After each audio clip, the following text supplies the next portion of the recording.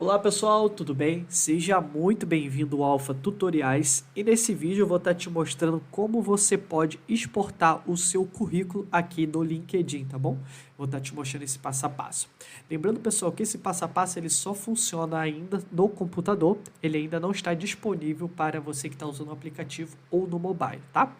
Pessoal, se você também puder deixar aquele like, também nos ajuda bastante e se inscreva no nosso canal, tá? Aqui, pessoal, a gente tem a área aqui de cima chamada Eu. A gente vai clicar em cima dessa chamada aqui.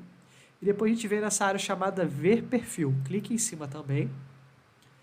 Quando a gente clica aqui em Ver Perfil, a gente vem para uma área onde que a gente tem tudo que a gente já preencheu sobre a gente, sobre a nossa experiência.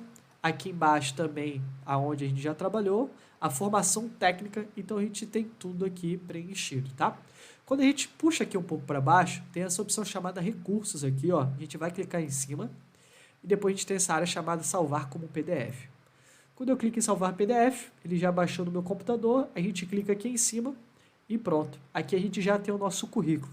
Esse currículo, ele traz coisas que você preencheu lá no LinkedIn, como um mini currículo seu de tudo que você já trabalhou, ou até dos seus certificados, tá?